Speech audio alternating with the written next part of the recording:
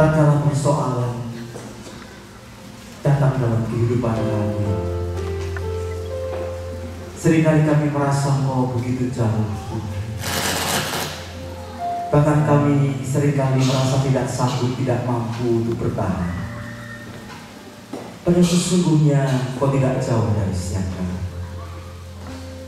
Hamba-Mu menghadapkan seluruh sidang jemaat-Mu pagi hari ini dalam tangan-Mu. Biar setiap kami tahu kemurahan-Mu itu besar atas kehidupan kami. Kau tidak pernah meninggalkan kami sedikitpun.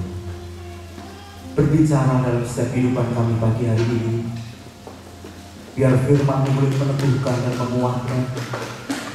Bahkan setiap kami sanggup menangkap perkara yang rohani, sehingga kami menjadi orang-orang yang siap untuk dipersiapkan menanti kedatangan Tuhan kali yang kedua. Bukan dengan lemah, tetapi dengan kuat di dalam Engkau. Terima kasih kami rasakan hadirat-Mu di tengah-tengah kami. Berbicaralah kepada kami, ajar kami untuk mengerti kehendak-Mu. Di dalam nama Tuhan Yesus kami berdoa dan kami mengucap syukur. Semua yang dikasih Tuhan berkata, amin. Haleluya. Mari kita akan membuka bagian ayat firman Tuhan yang saya ambil dari kitab Matius pasalnya yang ke-5 ayat yang ke-7.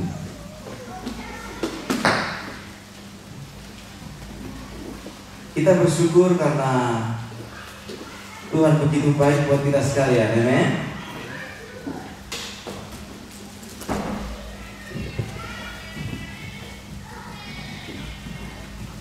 Matius pasal ke-5 ayat yang ke-7. Kalau saudara bisa bersama-sama dengan saya, kita baca dengan suara yang keras. Siap? 1, 2, 3. Berbahagialah orang yang murah hatinya, karena mereka akan beroleh kemurahan. Sekali lagi, berbahagialah orang yang murah hatinya, karena mereka akan beroleh kemurahan. Tahun ini adalah tahun kemurahan buat kita sekalian, tetapi tentunya kita juga harus menjadi orang yang murah. Ya, khotbah saya hari ini judulnya menjadi saluran berkat. Jadi kitab Galatia itu pernah berkata begini, kalau kita di dalam Kristus, maka kita ini adalah keturunan Abraham yang berhak menerima janji-janji yang diberikan kepada Abraham. Siapa yang bisa menjadi keturunannya Abraham? Ya. Saya mikir gini, saudara, kenapa kok disebut sebagai keturunan Abraham? Kenapa tidak disebut sebagai keturunan Adam? Kenapa tidak disebut sebagai keturunan Habil? Itu kan pahlawan-pahlawan iman tuh. Kenapa tidak disebut keturunannya Nuh? Nuh itu kan keren, saudara ya. Itu dia bahtera gede. Kenapa kita tidak disebut keturunannya Henokh? Ibrani pasal 11, mereka itu tokoh-tokoh yang hebat itu, tokoh-tokoh iman sebelum Abraham. Ya. Tetapi Alkitab mencatat kalau kita di dalam Kristus, kita ini menjadi keturunannya Abraham. Ya. Saya pikir kenapa ya Tuhan ya? Saya memberitahu kepada saudara, rupanya ketika Abraham itu mendapatkan janji Tuhan, itu berbeda dengan Nuh, dengan Habil, dengan Henokh. Mereka itu memang pahlawan iman dan diberkati Tuhan, tetapi hanya untuk dirinya sendiri.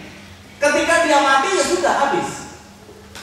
Tetapi Abraham berbeda, karena ketika Abraham mendapatkan janji Tuhan, Abraham dikatakan kamu akan menerima janjiku, tetapi selain itu engkau juga akan menjadi saluran berkat buat orang lain. Nah, mulai dari situ dia disebut sebagai bapa orang yang beriman. Nah, kita bersyukur rupanya di dalam Kristus, saudara dan saya itu tidak hanya dipanggil untuk diberkati, tetapi sebagai keturunan Abraham, kita ini juga harus menjadi saluran berkat. Maka kita sering kan berkata begitu ya, diberkati itu jadi berkat. Kita bersyukur lebih baik diberkati, lebih baik apa? Memberkati daripada diberkati. Itu kan bahasa kita yang sudah enak. Tapi ini silsilahnya itu seperti begitu. Saudara dan saya disebut keturunan Abraham karena saudara dan saya tidak hanya berhenti kita juga harus menjadi saluran berkat itu dalam kehidupan kita. Nah saudara, itulah panggilan yang diberikan kepada kita. Lalu bagaimana caranya supaya kita ini bisa menjadi saluran itu? Bagaimana caranya kita bisa menjadi berkat buat orang yang lain? Nah, saya ada satu kisah yang luar biasa yang kita akan baca cukup panjang pada pagi hari ini di dalam kitab Yohanes pasalnya yang ke-6. Mari kita akan lihat bersama-sama ya. Hari ini tidak ada penerjemah, jadi saya bebas ngomong panjang, saudara ya. Kalau ada penerjemah kan khotbahnya harus saya bagi dua, saudara ya, supaya selesai cepat. Nah, tidak ada penerjemah, jangan saudara berkata, wah ini cepat diselesai, enggak, tetap panjang hari ini, saudara ya. Yohanes pasal yang ke-6 ayat 1 sampai ayatnya yang ke-15. Sesudah itu Yesus berangkat ke seberang danau Galilea, yaitu danau Tiberias. Orang banyak berbondong-bondong mengikuti dia karena mereka melihat mujizat-mujizat penyembuhan yang diadakannya terhadap orang-orang sakit. Ya, kita melihat dan Yesus naik ke atas gunung dan duduk di situ dengan murid-muridnya. Dan pasca hari raya orang Yahudi sudah dekat. Ketika Yesus memandang sekelilingnya dan melihat bahwa orang banyak berbondong-bondong datang kepadanya, berkatalah ia kepada Filipus, di manakah kita akan membeli roti supaya mereka ini dapat makan? Hal itu dikatakannya untuk mencobai dia, sebab ia sendiri tahu apa yang hendak dilakukannya. Sampai situ dulu ya. Ayat 5 ini saya ulangi lagi. Mari kita ulangi ayat 5 dulu sih. Ya, ayat yang kelima kita akan ulangi. Ketika Yesus memandang sekeliling yang melihat bahwa orang banyak berbondong-bondong datang kepadanya, berkatalah ia kepada Filipus, di manakah kita akan membeli roti supaya apa? Mereka ini dapat makan. Tuhan Yesus berkata, di mana kita membeli roti supaya apa? Mereka bisa makan. Saudara yang dikasih Tuhan, hal yang pertama kita bisa menjadi berkat ketika kita ini mempunyai cara berpikir yang kita.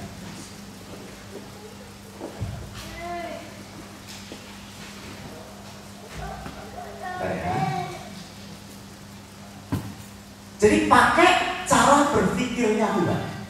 Cara berpikirnya Tuhan itu kita yang membeli, mereka yang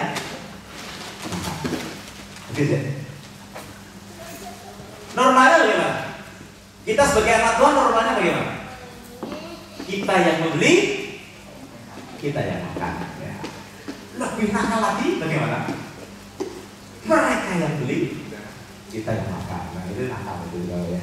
Tetapi Tuhan mengajarkan kepada kita supaya yang pertama kita yang membeli, mereka yang makan. Ini bukan perkara yang mudah loh saudara.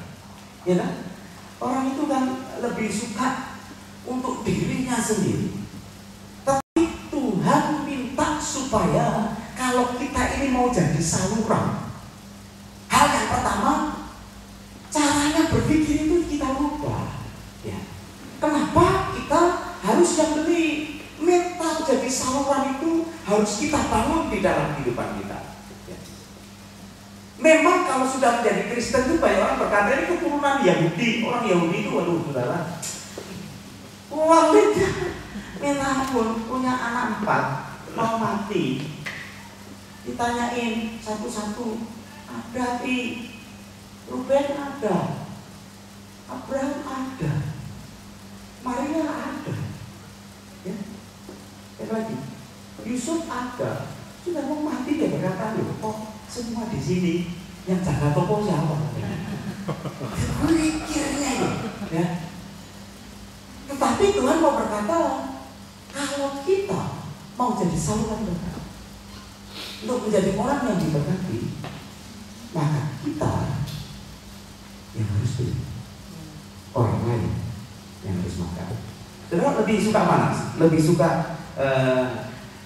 kita yang membeli orang lain yang makan, atau orang lain yang membeli kita yang makan? Ada yang suka orang lain membeli kita yang makan? Gampang caranya. Masuklah dalam kesusahan besar. Ya. Misalnya rumah Anda kebanjiran, Anda kena gempa bumi, ya gitu ya, kan nanti orang nyumbang, ya disumbang, kasih nasi bungkus kalau di Indonesia kayak gitu. Tetapi kalau kita merasa orang yang akan mendapat kemurahan Tuhan, cara berpikirnya mesti kita apa? Kita ini orang kaya, hebat ya. Tuhan kita itu ajaib dan luar biasa. Seringkali kalau saya makan bersama-sama dengan kita ini kan orang yang paling suka makan ya. Kumpul sebentar, kamu ngapain? Makan, gitu ya. Habis makan mau lagi mau ngapain? Makan, lagi sesuai dengan. Ada orang-orang yang gitu. Di Indonesia itu seringkali kita ketemu sama orang-orang yang agak nakal. Orang Indonesia itu kalau mau makan kan tidak janjian dulu siapa yang bayar, kan gitu kan? Betul ya? Yang berkata, ayo kita makan. Kan tidak pernah berkata, kamu yang bayar ya, saya bayar, karena yang datang sudah. Kita makan yuk, udah makan datang sama-sama, gitu ya. Cuma kan tidak tahu siapa yang mau bayar di situ, betul ya? Nah di Indonesia kita, di sini enggak sih, di sini sudah kita mulai bagus, ya kan? Pertama aja dulu ada kalau mau bayar itu nunggu orang lain bayar. Kalau di Indonesia begitu saudara. Makan, gitu ya. Jadi yang sudah mau habis, dia berkata, sebentar ya, tengah kamar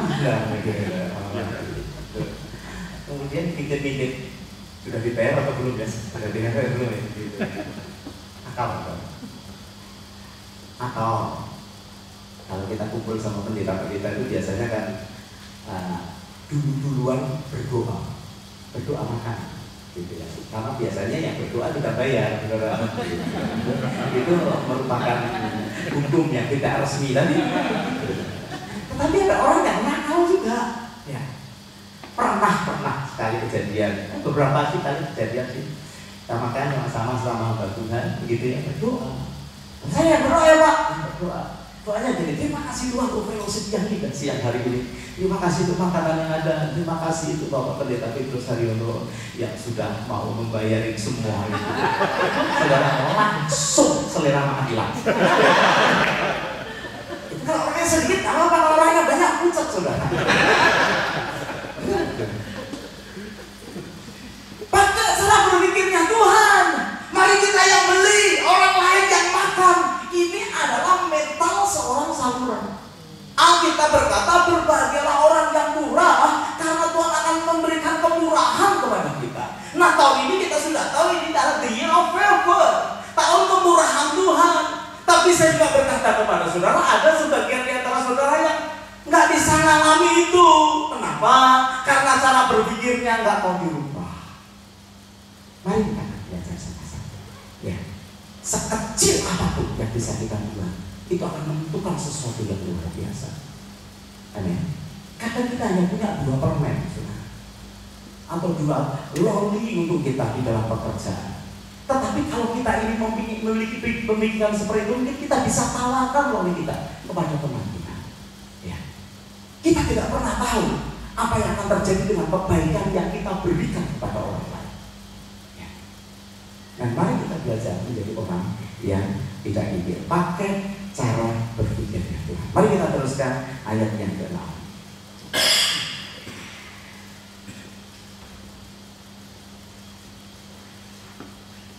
Ya, baca ayat yang ke-6 ya. Saya akan konsentrasi di ayat yang ke-8. Ketika Yesus memandang sekelilingnya dan melihat, ayat ke-7 itu. Ya. Jawab Filipus kepadanya, roti seharga 200 dinar tidak akan cukup untuk mereka ini, sekalipun masing-masing mendapat sepotong kecil saja. Seorang dari murid-muridnya yaitu Andreas, saudara Simon Petrus berkata kepadanya, ayat yang ke-8, di sini ada seorang anak yang mempunyai 5 roti jelai dan 2 ikan. Tetapi apakah artinya itu untuk orang sebanyak ini? Kata Yesus, suruhlah orang-orang itu duduk. Adapun di tempat itu banyak rumput, maka duduklah orang-orang itu kira-kira 5.000 laki-laki banyaknya. Itu sih, cerita ini. Cuma ada 5 roti dan 2 ikan. Tetapi itu ada kata yang bagus sekali. Dikatakan di sini ada. Yuk ngomong sama saya. Di sini ada. Sebenarnya ikutnya sudah cukup kok. Di sini tuh ada. Yang tidak enak itu ada kata tetapinya. Nah saudara, mari kita belajar. Yang kedua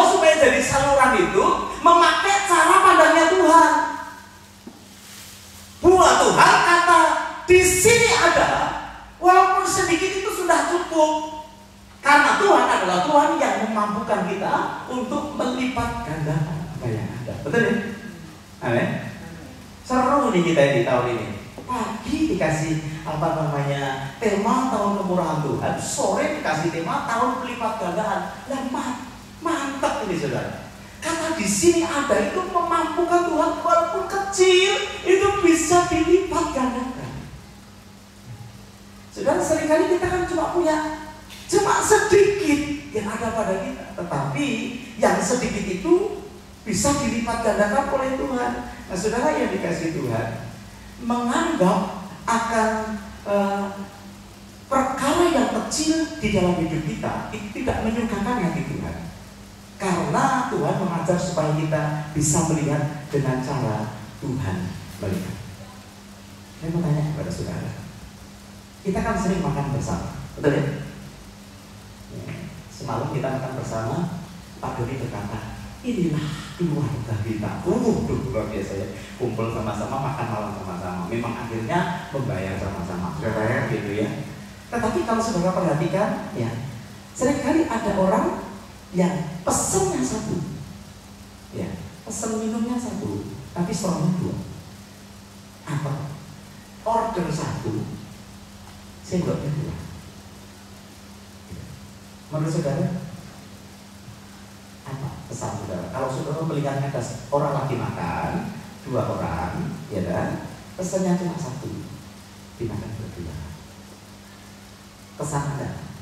Apa berilik? Mirip. Bisa nggak saudara melihat dari angle yang lain? Bisa nggak saudara bisa melihat dari sudut pandang yang lain? Kalau itu laki-laki dan perempuan masih muda kira-kira? Hah? Romantis, ya kan? Habis ya.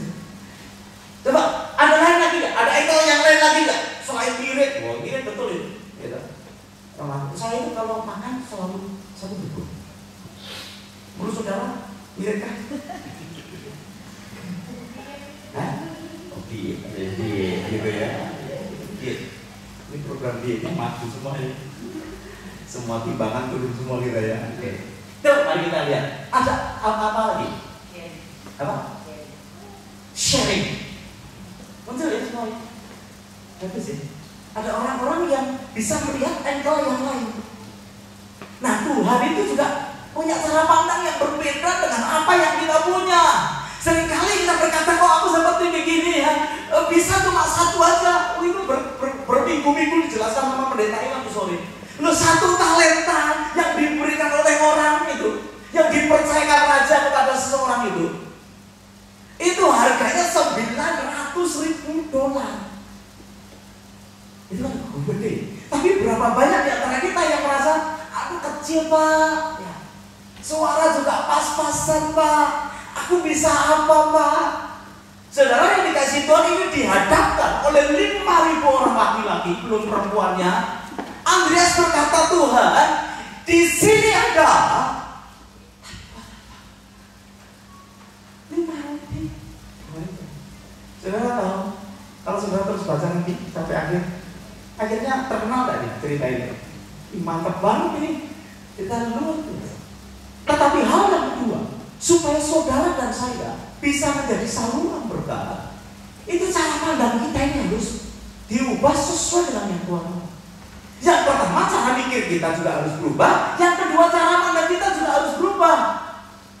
Belajar seperti Tuhan itu bisa melihat. Nah, saudara yang dikasih Tuhan, seringkali sharing ya tentang apa yang kita punya kepada orang yang lain, itu seringkali membuat kita, aduh rasanya kok ini anak kecil ini menurut saya itu adalah bekal yang dia bawa.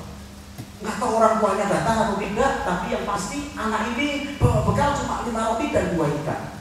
Ya, ketika Andreas minta, dia bagikan itu luar biasa. Dan Tuhan ketika melihat akan hal itu, dia berkata, cukup. Ya. Apa yang ada padamu itu cukup. Nah, sering kita nggak pernah bisa menyerahkan apa yang ada pada kita kepada Tuhan. Tuhan kayaknya serba nggak mungkin. Bagaimana kita bisa survive di Australia ini ya? Oh, tadi dikatakan Tuhan itu tidak sejauh doa ya. Sejauh doa. Saya ini sering nembak saudara ya.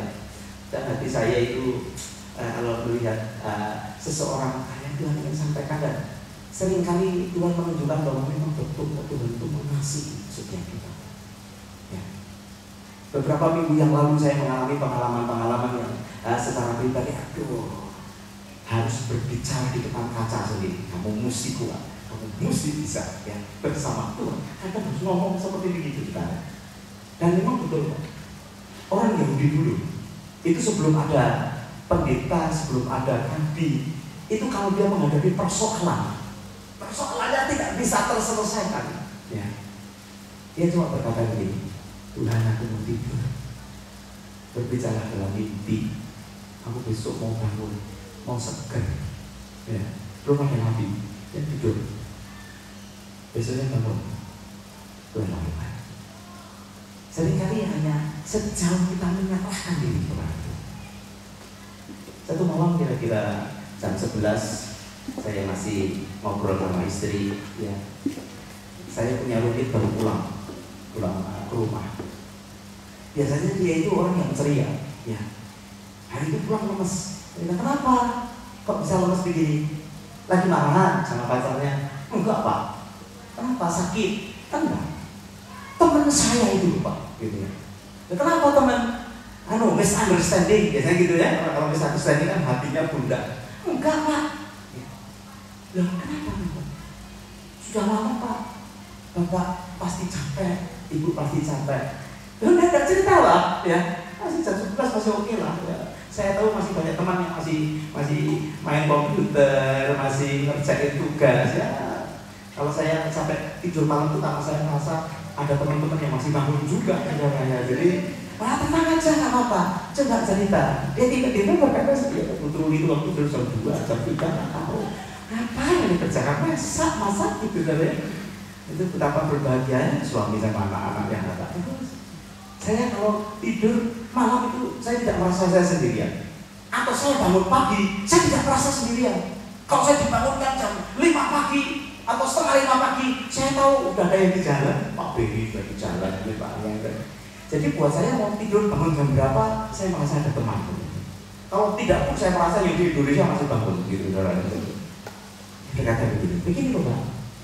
Saya ini kepala pusing. Kenapa pusing? Ya, teman saya dulu. Kenapa teman-teman? Teman saya ini merasa bahwa dia itu punya karunia pengetahuan. Wah, bagus toh. Terus bagaimana? Nah, repotnya begini. Teman saya ini wanita. Dia berkata kepada teman saya yang laki-laki bahwa teman laki-laki itu adalah jodohnya dia. Lah, mau nggak dia? Nggak mau. Memang kurang cantik. Kurang. Lakinya ganteng. Ya itu memang biasa. Nah, dia pakai acara bahwa dia dapat gift of knowledge dari Tuhan. Ini wanita ini ngancem-ngancem sama laki. Pokoknya kamu sudah saya. Nah, teman laki-lakinya sampai ketakutan. Ya, ketakutan minta tolong sama saya. Nah, saya bilang sama teman-teman saya dia berkata, enggak, ini serius katanya begini. Nanti akan terjadi, saya nggak bisa berikan apa-apa pada kamu. Saya ini jadi pusing mikirin mereka berdua. Oh gitu, nggak usah pusing. Mari kita berdoa, kemudian kamu tidur. Ya. Itu aja. Kemudian saya konseling sedikit, saya kasih tahu sedikit, kemudian saya berdoa, kemudian saya, udah Pak, saya tak tidur. Besok paginya, saya tanya, bagaimana? Iya Pak, ternyata nggak ada apa-apa ya. Ya, nanti saya ketemu saya kasih tahu. Kalau enggak ya enggak, kalau iya ya. Berarti kadang kita tuh berpikir yang begitu rumit. Padahal apa yang ada pada kita sebetulnya Tuhan bisa memampukan untuk menyelesaikan persoalan yang ada. Amin. Pakai cara pandangnya Tuhan. Bagi Tuhan tidak ada yang mustahil. 5 roti 2 ikan cukup untuk 5.000 orang. Ya. $50 cukup untuk hidup 1 bulan. Amin. Jadi loh, kalau kita cuma punya uang $50, kita serahkan kepada Tuhan, dia bisa lipat gandakan. Ya.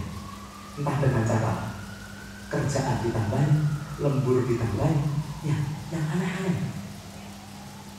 Apalagi kalau kita sedang dalam kebutuhan. Saya belajar untuk percaya kepada Tuhan. Sampai hari ini kita bisa hidup seperti ini kan?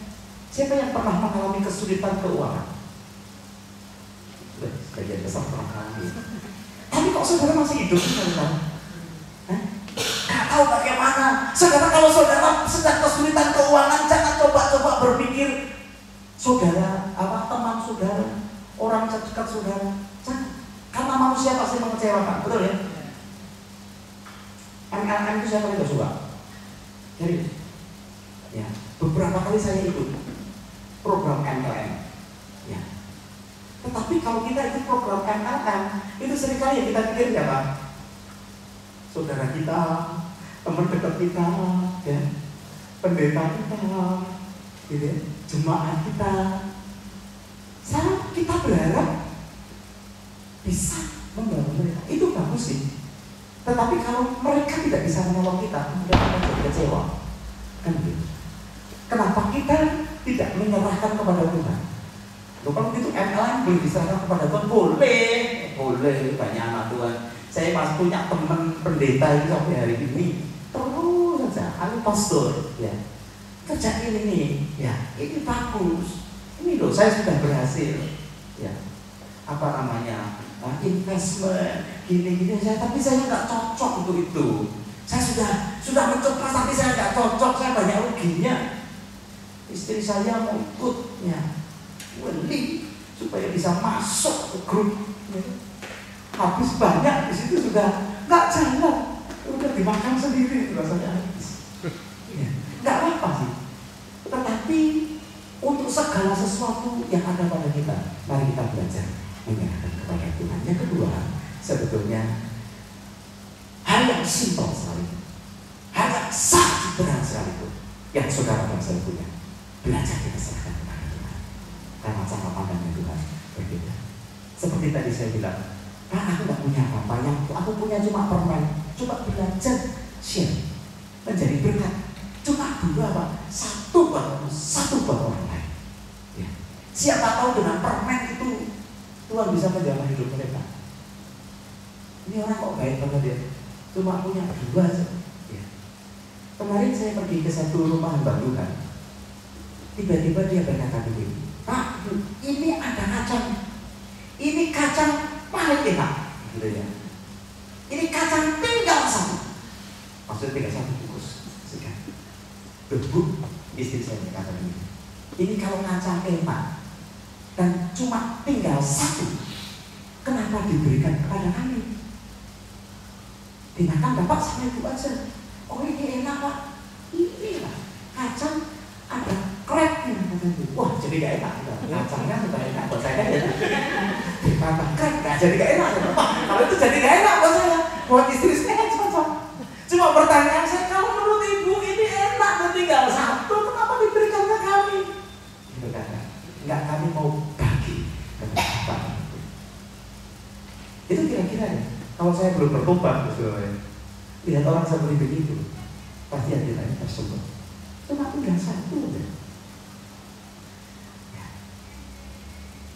Itu berapa ribu orang yang diberkati dengan 5 roti dan 2 ikan. Dan saya bertanya, ketika kami terima kacang itu, kami juga tidak berkata kita coba dulu, enak banget. Wah ya, langsung dapat. Di sini kemarin anak banyak, langsung saya buka di situ. Wah, gitu.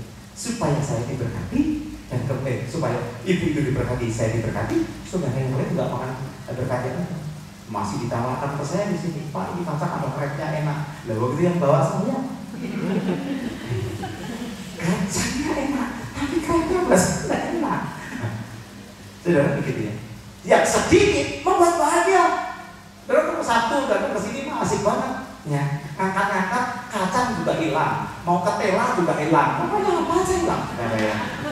Itu adalah momen-momen yang indah sehingga ketika kita duduk bersama, Tuhan berkata, inilah keluarga kita. Mari kita belajar memakai cara pandang Tuhan. Saudara ya, hari ini nanti Haiwan tuh bikin bakso banyak sekali. Di sini itu ya bakso 5 kilo habis, bakso 1 kilo habis. Serius.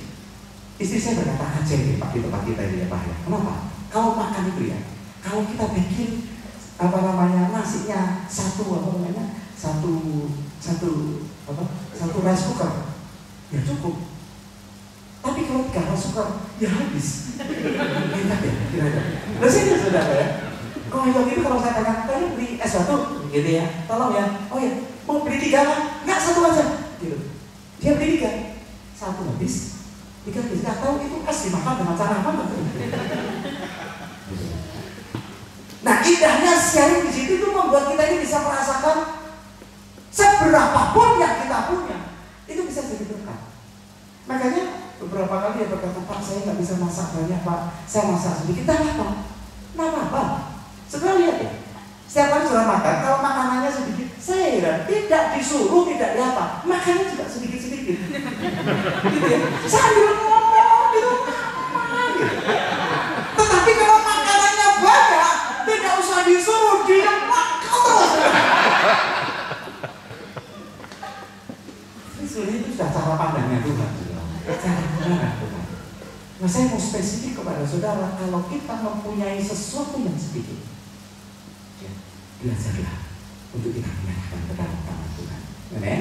Yang ketiga, mari kita akan teruskan membaca ayatnya yang ke berapa tadi? 9. Di sini ada seorang anak yang mempunyai 5 roti, 2 selai, 2 ikan, tetapi apakah artinya itu untuk orang sebanyak ini? Lalu Yesus mengambil roti itu, mengucap syukur dan membagi-bagikannya kepada mereka yang duduk di situ. Demikian juga dibuatnya dengan ikan-ikan itu sebanyak yang mereka kehendaki. Mari kita lihat ayat yang ke-12. Dan setelah mereka kenyang, ia berkata kepada murid-muridnya, kumpulkanlah potongan-potongan yang lebih supaya tidak ada yang terbuang. Kita kembali ke ayat yang ke-11 dulu, ya. Ayat yang ke-11 tadi kita melihat. Lalu Yesus mengambil roti itu, mengucap syukur dan membagi-bagikannya kepada mereka yang duduk di situ. Demikian juga dibuatnya dengan ikan-ikan itu sebanyak yang mereka kehendaki. Saudara yang dikasih Tuhan, yang ketiga sebetulnya mau berbicara tentang bagaimana kita mempunyai mental mendistribusikan tentang apa yang Tuhan percayakan kepada kita. Banyak sekali kalau kita melihat anak-anak kecil, ya, anak-anak kecil itu kalau makan, kalau masih mereka masih anak-anak itu kayaknya tidak boleh dimintai sama orang lain. Waktu kami sekolah di sekolah Alkitab itu juga karena keadaannya pas-pasan, saudara ya. Kalau makan harus makan bersama, ya. Jadi lauknya dibagi. Karena pas-pasan itu seringkali berdoanya lucu, saudara ya. Ada yang berdoa tapi matanya tidak ditutup semua, ya. Sambil memperhatikan makanannya. Ada yang berdoa lucu, tangannya nutupin lauknya, gitu, saudara. Karena memang ada nakal-nakal ya. Waktu yang dari Amerika itu atau nakal-nakal, saudara. Kita kan ada dari 22 negara makan. Itu kalau lagi doa bisa dicontoh gitu. Jadi seringkali pada waktu makan itu kita berjaga-jaga dan berdoa. Jangan sampai ya. Karena memang kita diharuskan makan bersama, kumpul bersama. Tetapi seharusnya kalau kita mau menjadi saluran berkat, kita ini harus menjadi orang yang bisa menjadi distribusi, ya. Apa yang ada pada kita itu kita distribusikan ke tempat yang lain. Saya percaya Tuhan itu suka kalau kita ini sharing kepada yang lain, ya. Kalau misalnya ada bapak dan ibu mempunyai anak yang masih kecil, pernah nggak ketika makan bersama kita mungkin sih ya, biasanya itu kalau saya makan sama Chloe, sama Colin gitu ya, nah, bukan anak sendiri sih, kadang saya nyopot punyanya dia. Kalau dia lagi tidak suka dia gitu ya. Ya sih. Kalau itu kalau lagi murah hati dikasihkan. Tapi kalau lagi tidak murah hati, nah kalau kita orang tua meminta kepada anak sedikit saja, itu bukan berarti orang tua tidak bisa beli lagi. Betul ya? Betul ya, gini-gini ya. Kalau ngambil punyanya si bosnya berapa mana bagian saya berkurang gitu. Sebetulnya yang mau orang tua oleh anak itu relationship, kan gitu. Misalkan pesan friend fries ya, apa chip gitu. Friend fries lah, betul ya. Kalau kita ngambil, kalau anak itu apa namanya nggak suka sama kita, bukan berarti kita itu nggak punya uang untuk beli lagi. Nah, mental distribusi itu adalah mental yang Tuhan mau bangun dalam hidup kita. Tuhan berkata begini, mari bawa kemari 5 roti dan 2 ikan. Kemudian dia mengucap syukur atasnya, dia memecah-mecahkannya. Dalam terjemahan yang lain dikatakan dia bagikan kepada yang lain, kemudian yang lain juga membagikan kepada yang lain. Karena kalau tidak salah itu mesti kumpul satu kelompok 50 atau 50 begitu. Jadi membagikan sehingga semuanya boleh digenapi, semuanya boleh makan bahkan sampai kenyang. Tidak mungkin Tuhan mendistribusikan sendiri untuk 5.000 orang. Dia bagi kepada muridnya yang ke-12 orang itu, kemudian 12 membagi kepada yang lain, dan saya percaya itu akan menjadi bagus banget waktu itu. Rame kan? Bagi. Mungkin ada yang lupa makan, dia bagi masukkan ke mulutnya temannya. Gitu ya. Wah, ini enak, punya saya lebih enak. Wah, ikan saya lebih enak ya. Gitu caranya. Katanya sih begitu. Di neraka nanti ya Bapak berkata ada meja besar ya. Gitu ya. Tetapi orang tidak bisa ngambil makanan di meja besar itu karena apa? Karena tangannya nggak bisa ditepuk, tangannya lurus. Di surga juga begitu dikatanya. Di meja besar banyak makanan, tapi gak bisa makan setiap kali di meja itu karena tangannya bisa ditepuk. Tetapi di neraka terjadi kekacauan, di surga terjadi kehebohan yang luar biasa. Karena di neraka, karena tangannya tidak bisa ditepuk, dia marah kepada yang lain. Kalau di surga tangannya tidak bisa ditepuk, dia nyuapin orang lain, ambil nyuapin, dia semua bisa makan. Nah, saudara yang dikasih Tuhan, distribusi. Kita ini harus belajar menjadi orang yang bisa mendistribusi, belajar kepada Tuhan. Tuhan, apa yang bisa aku bagikan kepada orang lain? Termasuk ketika kita memiliki sesuatu dan Tuhan menginginkan sesuatu dalam hidup kita. Beberapa hari yang lalu saya mengalami kerugian soal keuangan. Ada satu dan lain hal sehingga menurut saya itu adalah kerugian yang cukup besar ya. Dan saya duduk bersama dengan istri, bagaimana ini? Ayo kita sembahyang ya, berdoa. Istri saya berkata, Tuhan kalau kami salah, kami minta ampun sehingga rugi ini ya. Setelah doa selesai, saya berkata dalam doa, Tuhan sekali lagi semua milikmu ya, jadi ampuni ya. Tetapi kalau ini yang nyuri iblis, saya minta di dalam nama Yesus kembalikan 7 kali lipat. Saya berkata gitu ya, saudara, kali lipat. Nah, saudara dikasih Tuhan, udah, amin, amin. Orang kalau rugi itu sedih, sedih kan? Nyari uang susah-susah, dapat uang kumpul-kumpul, dia ambil sama orang, ya. Rasanya, tapi kan pendeta nggak boleh makan kan gitu ya. Mana nggak bisa, ya kan? Kita sudah berdoa. Ya. Tiba-tiba satu pagi dia berkata begini, apa yang kamu punya? Itu sebetulnya kan dari aku. Iya. Lalu kenapa kamu susah? Kalau itu aku izinkan terjadi dalam hidupmu. Maksudnya apa Tuhan? Misalkan begini, tidak usah kamu mengalami persoalan itu, tetapi aku buat ibumu sakit, masuk rumah sakit, habisnya banyak. Kamu mau bayarin kan? Saudara, kalau orang tua saudara sakit, keluarga saudara tidak saya bayarin. Saudara punya uang, saudara bayarin kan? Ya bayarin itu kan, berkata begitu. Nah, kalau bayarannya sejumlah uang yang kamu rugi, kamu merasa kecewa nggak? Ya enggak, Tuhan. Ya kan? Nah sekarang bagaimana? Saya kembalikan uang itu, kemudian aku buat di rumah sakit, bayar itu, atau kamu suka cita dengan apa yang ada? Saya berkata, kalau itu kan, kalau ini aja sudah tidak apa-apa. Ya, aku relakan. Oh, dia hanya sejauh doa, gitu saudara ya. Oh, udah mandi, mulai nyanyi lagi, happy lagi. Saudara yang dikasih Tuhan, ajaib.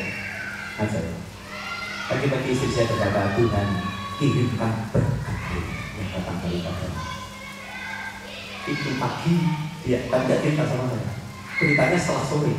Itu pagi begitu, siang saudara. Saya dapat telepon dari seseorang sore berkata begitu. Ketika sore dia berkata, istri saya berkata, hebat ya Tuhan itu ya. Setelah kita menyerah pagi itu cuma minta tanda Tuhan berkati ini ya, kembalikan apa yang telah hilang daripada kami. Kalau sore saya berpikir bagaimana bisa terjadi, tetapi Tuhan itu adalah Tuhan yang mengajar kepada kita untuk berserah kepada Dia, menyerahkan apa yang ada pada kita. Nah, saudara, distribusi ini penting di dalam kehidupan kita. Kalau kita terima, ya, kemudian kita tidak mendistribusikan, orang lain tidak akan bisa mendapatkan berkat. Kalau saudara dan saya akan diajar menjadi saluran, caranya adalah belajarlah mendistribusikan apa yang Tuhan mau. Saya ini paling bisa mengambil hati mama saya, tapi kalau kakak saya paling bisa mengambil hati papa saya ya. Nah yang pegang uang adalah papa saya. Jadi setiap kali kebutuhan kakak saya tidak pernah tertunda, tetapi setiap kali kebutuhan saya selalu tertunda karena melalui mama. Wah itu mama harus ngerayu papa gitu ya, supaya bisa membela anaknya yang satu ini, saudara ya. Jadi perjalanannya cukup panjang begitu ya. Tapi saya perhatikan, seorang anak kecil kalau bisa menyukakan hati bapak, ya, sebetulnya itu adalah kesempatan yang luas untuk bapaknya bisa memberkati lebih banyak. Berapa banyak di antara kita yang seringkali lupa untuk bertanya kepada Tuhan kita sebagai Bapa. Seringkali kita merasa, Tuhan, aku ini bisa apa? Katakanlah, aku bisa melakukan apa bagi pekerjaanmu di atas muka bumi? Ya. Aku bisa melakukan apa bagi pekerjaanmu di gereja ini? Tuhan berkata, yang ada padamu itu cukup untuk aku bisa memberkati kau dan kau menjadi distribusi buat kita. Saudara, kalau anak kecil itu dia pegang 5 roti dan 2 ikannya, tidak akan pernah terjadi mukjizat untuk memberi makan 5.000 orang. Tapi ketika dia serahkan ke dalam tangan Tuhan melalui Andreas, Tuhan mengucap syukur dan distribusi itu mulai masuk.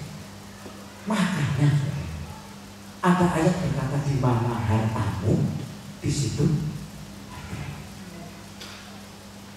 Kalau ada seorang kaya ya, yang tidak pernah mau memberikan hartanya bagi pekerjaan Tuhan, atau seorang anak Tuhan yang tidak pernah rela memberikan hartanya kepada pekerjaan Tuhan, menurut saya kalau dia berkata, Lord, I love you,